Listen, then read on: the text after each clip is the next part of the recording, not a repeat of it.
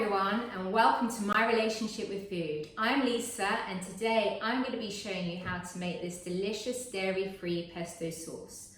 First things first, I'm going to talk you through the ingredients that you need. You've got toasted pine nuts here, nutritional yeast flakes,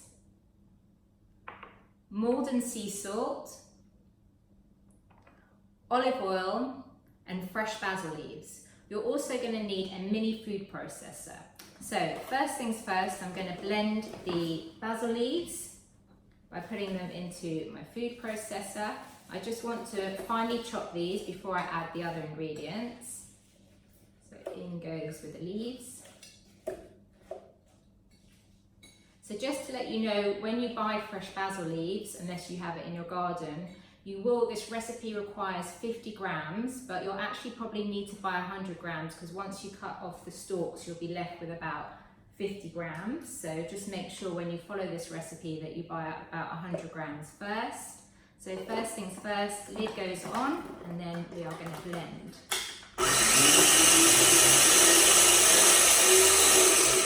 You might need to wipe down a couple of times. I'm just going to take the lid off. I'll try to take the lid off. Okay, pop that down. Okay, on goes the lid.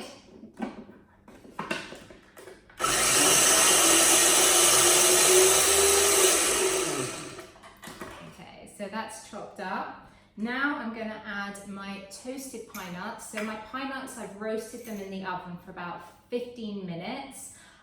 Top tip is never put pine nuts in the oven and walk away and forget about them. You need to turn them over every 3 to 5 minutes. Likewise, if you want, you can dry roast them in a frying pan, but again, keep an eye on them constantly so they don't burn. So in goes the pine nuts. Next up is the nutritional yeast flakes. So this is a great alternative for anyone that's a vegan. It has a really cheesy substance to it. It's inactive yeast, so for anyone that's on a candida diet, you can still use this, which is a great substitute if you want a lovely cheesy taste. So that's going in. You can find this in most health stores. Then I'm going to add in the sea salt. And I'm also going to add half of the mixture of the olive oil. So in goes that, and then I'm going to blend it, and the rest of the oil I will pour into the pesto at the end.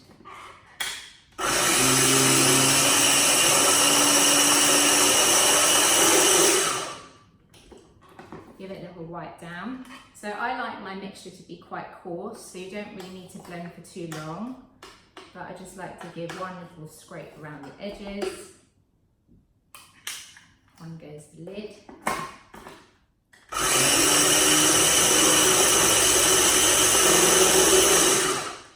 Okay, and that is it.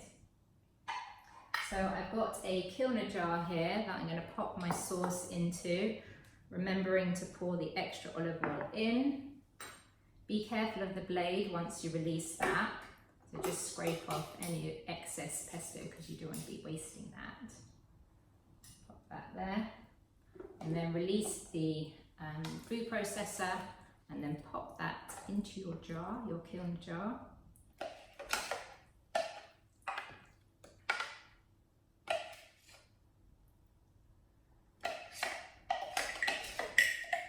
The smell is absolutely insane already. I haven't even tasted it yet.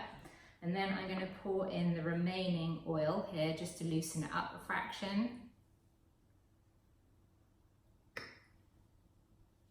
And then give that a little mix.